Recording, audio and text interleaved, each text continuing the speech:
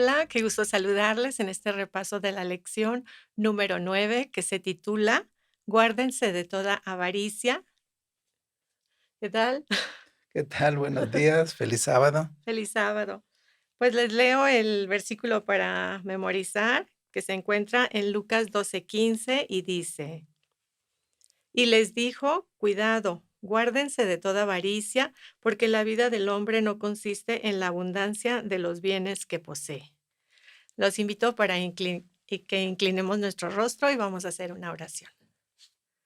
Querido Señor, te damos gracias por todo tu amor, tu misericordia que tienes con cada uno de nosotros. Al estudiar tu palabra en este momento, pedimos de tu bendición, de tu compañía, tus santos ángeles y tu Espíritu Santo nos dirija, Señor. Quédate con nosotros en el repaso de esta lección. En el nombre de Jesús te lo pedimos. Amén. Amén. Bueno, pues trataremos el tema en este momento acerca de la avaricia, la codicia. A ver si nos puedes Ujú. explicar un poco esos términos para empezar. Bueno, son términos que trae la lección, son deseo, codicia y avaricia. En la Biblia hay muchas partes donde menciona la palabra deseo, pero primero quisiéramos comenzar por ahí. ¿Qué es un deseo?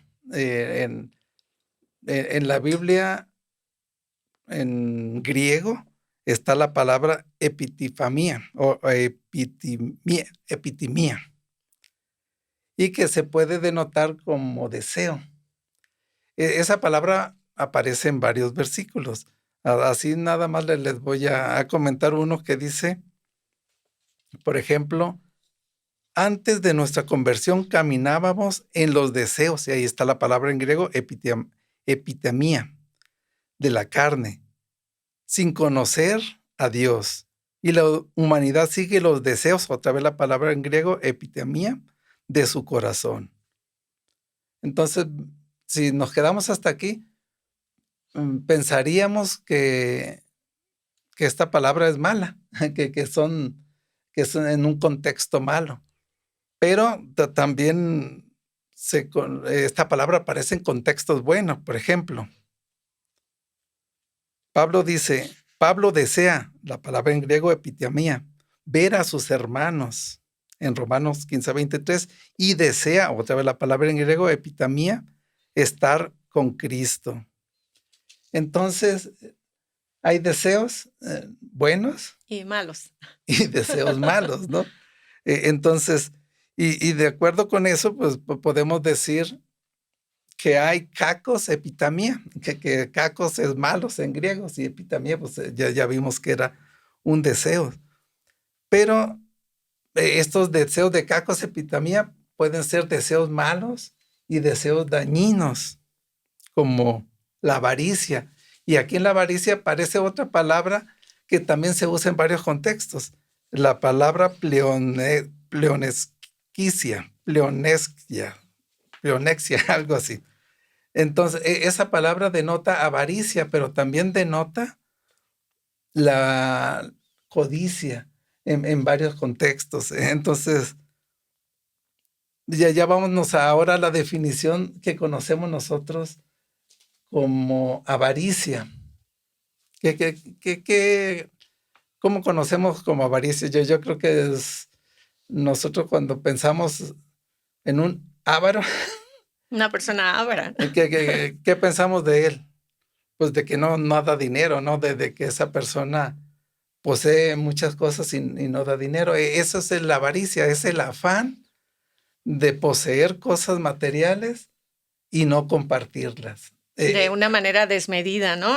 Solo para él y Bueno, nunca da, ¿verdad? bueno, sí, sí, y exacto, y nunca da. Pero entonces, ¿cuál es la codicia? ¿Cuál es la diferencia con la codicia?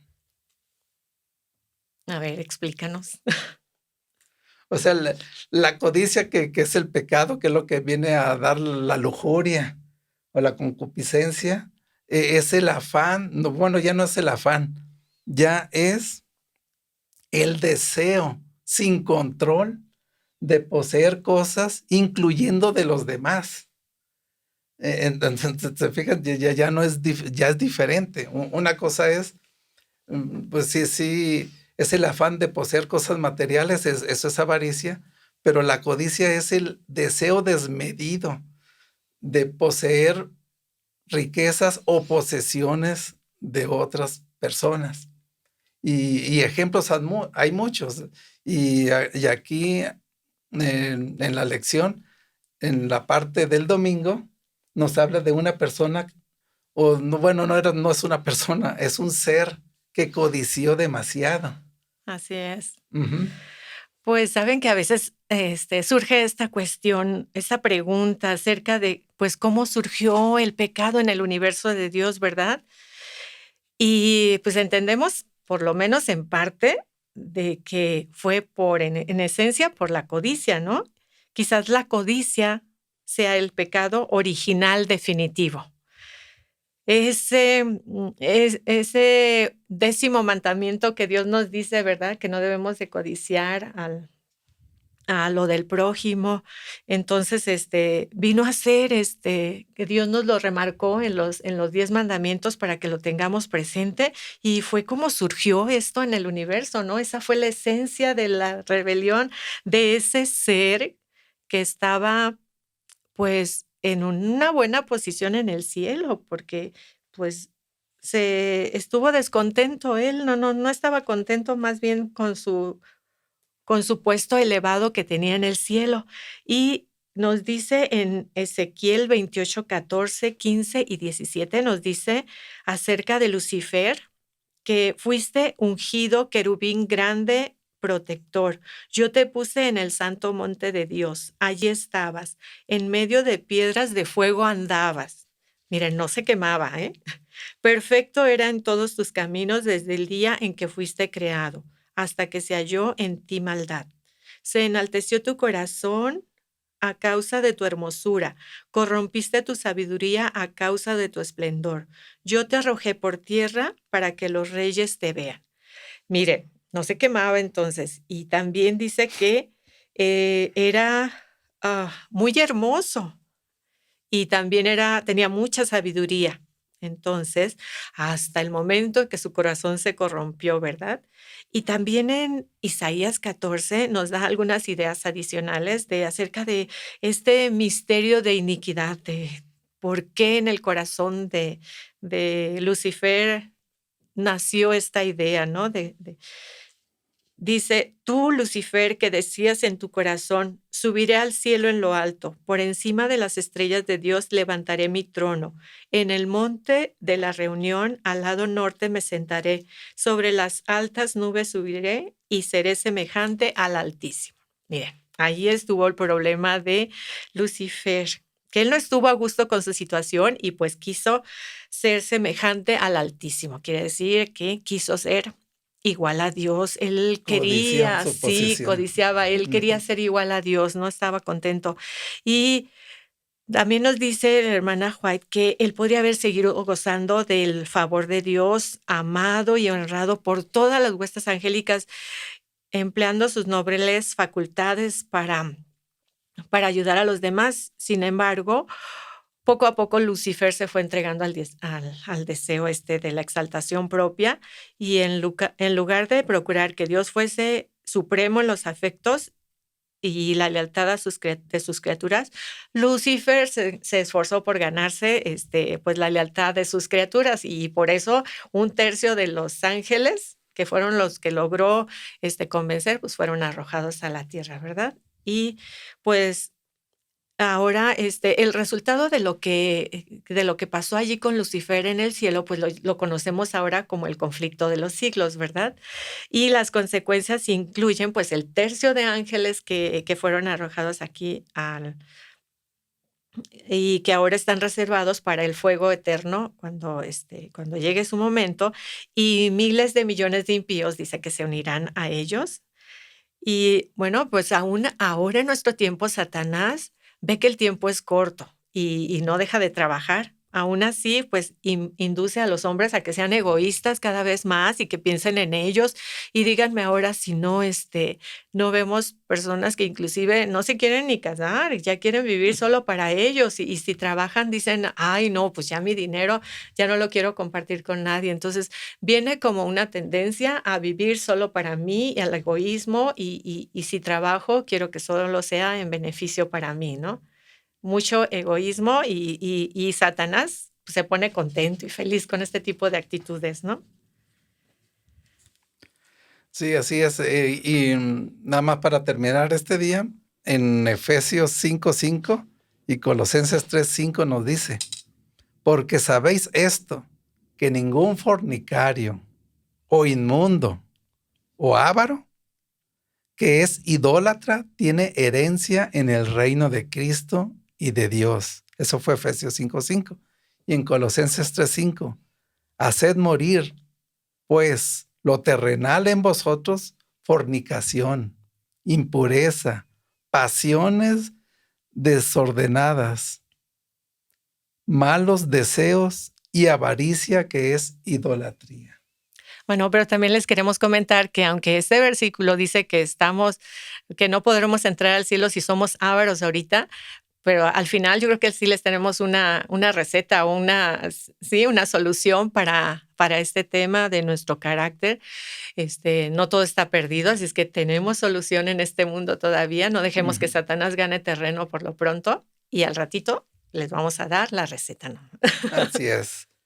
En la parte del siguiente día, que es el lunes, vemos un tema que es continuación de esto que se trata de codicia. Se tituló Un anatema en el campamento. Y nos narra que este tema salió posterior al evento triunfante de haber pasado el pueblo de Israel, el Jordán, para tomar la tierra prometida. Entonces, Ujú. fue algo grandioso, como se podía decir. Todo el pueblo estaba contento, todos los reinos de alrededor estaban temiendo por ese Dios que había acompañado a los israelitas y era un evento feliz para el pueblo de Israel y era un evento de tristeza para los pueblos que dormían o vivían en esas tierras. Pero hubo, después de pasar el Jordán, hubo el evento de Jericó, sí se acuerdan. Entonces, donde en ese evento fue la conquista, perdón, de Canaán, la ciudad amurallada y fortificada de Jericó, donde Josué no sabía cómo Dios iba a obrar, así que Josué se arrodilló, oró y Dios lo iluminó y le dijo qué hacer. Y conocemos la historia, no la vamos a repasar aquí. Y parte de esa historia fue de que una vez que obtuvieron las victorias, Dios le dijo claramente qué es lo que debían de hacer con las cosas materiales que iban a conquistar y a ganar. Y aquí hubo un personaje que codició. Hubo un personaje que también tuvo de sobremanera muy grande de algo, pues es la codicia, ya lo vimos, es el deseo desmedido por algo. Entonces él deseó el tesoro que estaba ahí y que correspondía a que todo lo que agarraran iba a ser para los objetos sagrados para Dios. Entonces, Y él dijo poquito, ¿verdad? Aunque sea. sí, y codició. ¿Qué codició? O sea, que creo que un manto egipcio bellísimo, un arte. Sí. Que codició una barra de oro. Imagínense que dijo, oye, nadie me ¿Qué vio. tanto es poquito, no? Sí, que tanto es poquito y que al cabo nadie vio que esto estaba aquí y yo me lo guardo. Ajá. ¿Y qué hizo Acán? Fue y lo guardó y lo escondió en su, donde vivía, ¿no? En su carpa, y lo enterró. Nadie sabía. Solo Dios. Exacto, Ajá. solo Dios. Dios es el que sabía de que Acán había eh, codiciado en sobremanera y en su corazón triunfó esa codicia y fue algo malo para el pueblo y a partir de ahí el pueblo comenzó a perder las batallas, comenzó a pasarle muchas cosas y Josué se desesperaba y en oración le decía a Dios, ¿por qué nos está pasando esto? Dios le decía, bueno, Dios le contestó y le dijo, es que hay alguien que codició. No le dijo que era Acán así abiertamente, sino quiso que el pueblo se enterara y se diera cuenta de que es malo la codicia. Y hubo pues una manera en que Dios le dijo a Josué cómo se iba a dar cuenta de que es. Entonces comenzó a separar por tribus, por familias, hasta que llegó a la familia de Acán. Y ahí fueron, desenterraron el tesoro y se dieron cuenta. Entonces, ¿qué pasó con Acán y con su familia? Murieron. Tuvieron que morir por ese pecado que fue. Entonces, la codicia siempre lleva a un desenlace fatal. Bueno, la mayoría de las veces. Y aquí, y no solamente de la persona que codició, sino se llevó A su familia. a su familia. No recuerdo cuántas gentes eran de su familia, 20 y tantas o 30 y tantas, no recuerdo, pero se los llevó por la codicia de Acán. Y ya hace rato mencionaste de que también la codicia de Luzbel o Lucifer se llevó a la tercera parte de los ángeles del cielo. O sea, trae consecuencia. Así es. Sí, y el siguiente ejemplo que tenemos, una persona que también codició, que nos aparece en la lección, y es que es una de las historias más trágicas de la Biblia, y es precisamente la de Judas Iscariote. Miren, ese hombre que tuvo el privilegio con otros 11 más, que fueron los 12 discípulos, estuvieron cerca de Jesús todo ese tiempo en persona y tan cerca de haber aprendido todas las verdades eternas directamente de Jesús. Qué maravillosa oportunidad tuvo Judas, la verdad. ¿Y qué pasó con él? ¿Por qué y tan triste saber que hay personas que no tuvieron nada que ver con las oportunidades que tuvo Judas y sin embargo, pues sabremos que, que sabemos que se salvarán esas personas. Sin embargo, Judas estaba destinado a la destrucción eterna, ¿verdad? ¿Qué sucedió con Judas? ¿Por qué pasó eso? Pues resulta que estaban, en unas, viendo a María, que cómo le derramaba, ya lo vimos en lecciones anteriores, cómo derramaba ese perfume tan carísimo y, sobre los pies de Jesús y que le limpiaba con su cabello y le frotaba. Entonces, allí Judas se da cuenta de esa situación, entonces reclama, ¿no? ¿Por qué, ese perfume tan caro? Desperdiciándose allí y pudiéndose haber vendido y dárselo a los pobres, ¿no? Vemos que allí, el salario de un año que costaba ese perfume no era suficiente, para esa entrega de corazón que estaba haciendo María, ¿no? A Jesús al momento de derramar ese perfume. Y Judas, allí reclama, ¿por qué esto? ¿Por qué sucede esto? ¿No? Siendo que se lo podíamos dar a los pobres. Y vemos allí, el corazón egoísta de Judas, ¿no? Y no permitir, porque Jesús le contesta que él no va a estar siempre con ellos, sin embargo, los pobres siempre los tendrán.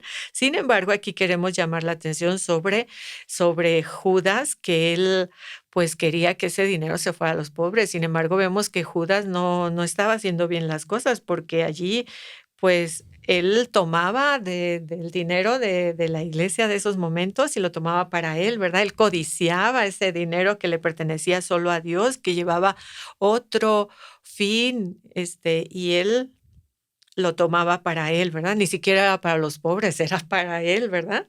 Entonces, allí vemos el corazón egoísta de Judas. Dice, la lección que además de los diezmos y las ofrendas, además de proveer para la obra del Señor, tienen otro significado espiritual para el adorador leal, como exaltar el nombre del Señor, acercar al dador a Él, es decir, a Dios. También tiene el objetivo de honrarlo y adorarlo. Por eso la recompensa de María al derramar ese perfume no le será quitada. Para ella, lavar los pies de Jesús con un perfume que valía muchísimo, era poco, la verdad. Al arrodillarse y secar los pies del Señor con su cabello, María también se entregó como ofrenda. Es lo que les decía hace rato, ¿verdad?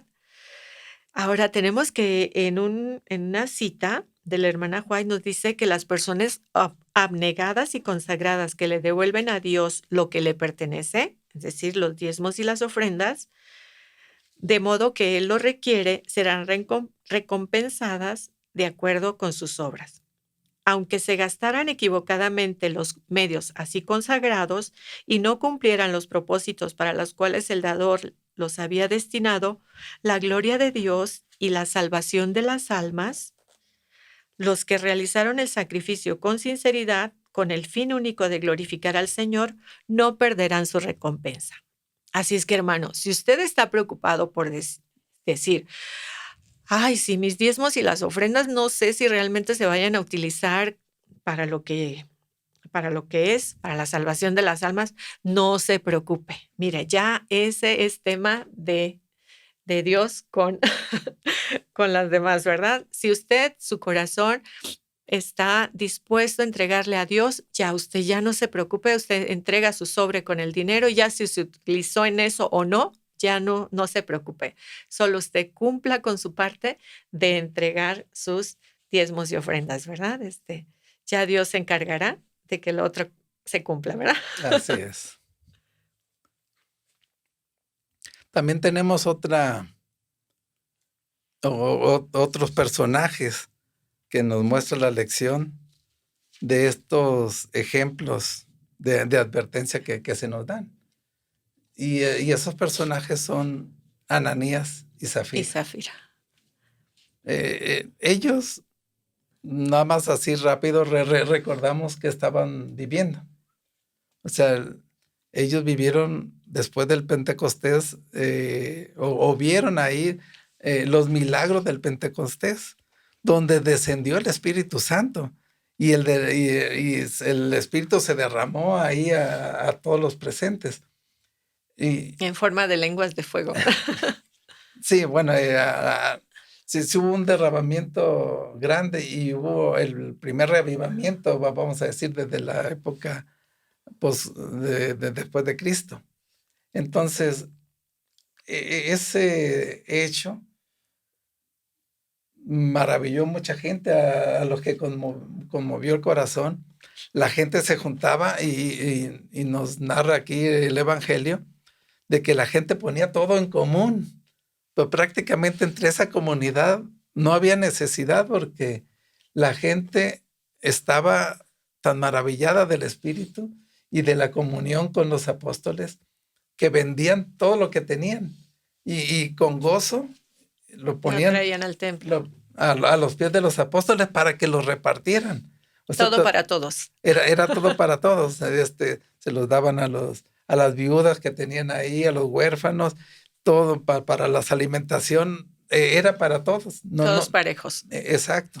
Entonces, ellos, Ananías y Zafira, estaban conmovidos verdaderamente e impresionados por por la obra del Espíritu Santo, y ellos también querían participar de ese hecho. Hasta aquí todo va bien. Ajá, sí. Entonces, Hasta prometieron, ¿no? sí, ¿Algo?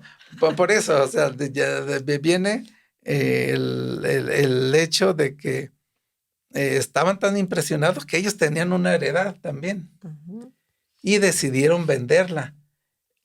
Y le dijeron a los apóstoles, tenemos una heredad y la vamos a vender, y todo el precio que nos den Lo vamos a también los traer. vamos a traer aquí y poner a los pies de los apóstoles para que se comparta. Pues, me imagino que todos decían amén, aleluya, ¿no? La forma de cómo se expresaban ahí. Ajá. Y llegó el evento cuando pudieron vender la heredad. Y ahí comenzó el pecado de ellos. Ahí estuvo el problema. Porque ahí estuvo de ellos, porque cuando vieron no había fajos de billetes, cuando vieron el montón de dinero, o no sé qué eran, monedas de plata, no sé qué era, pero cuando vieron que era demasiado, entró la codicia y dijeron, no es mucho. Sí, prometí que le íbamos a dar todo, pero pues nadie se va a dar cuenta, ¿no? Total, no saben cuánto Sí, fue, ¿verdad? total, no sabe nadie en cuánto lo vendimos. Y Ajá.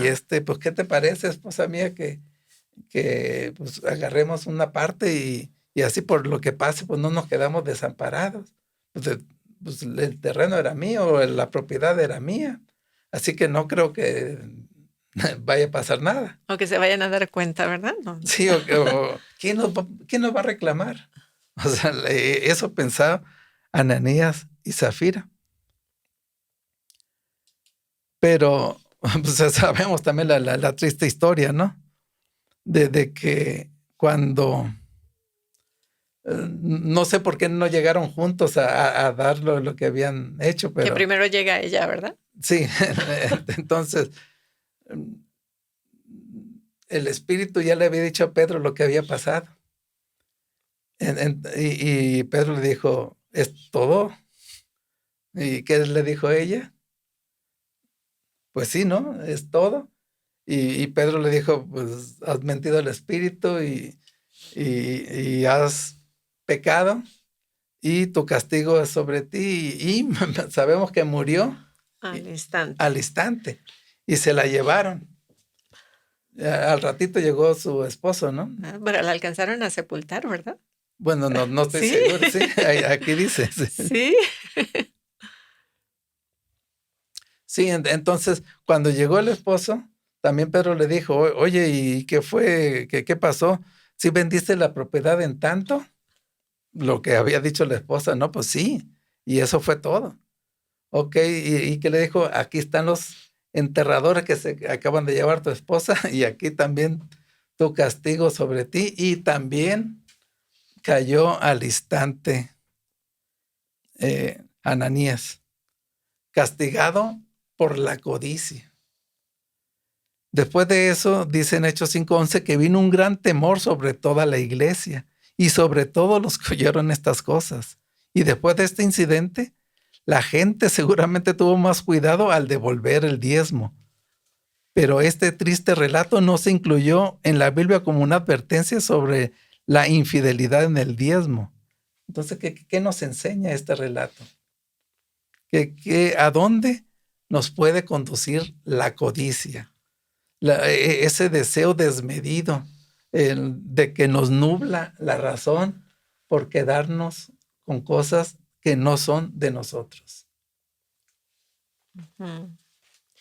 Pues aquí nos dice que este ejemplo de aborrecimiento de Dios por la codicia, el fraude y la hipocresía no fue dado como señal de peligro solamente para la iglesia primitiva, sino para todas las generaciones futuras.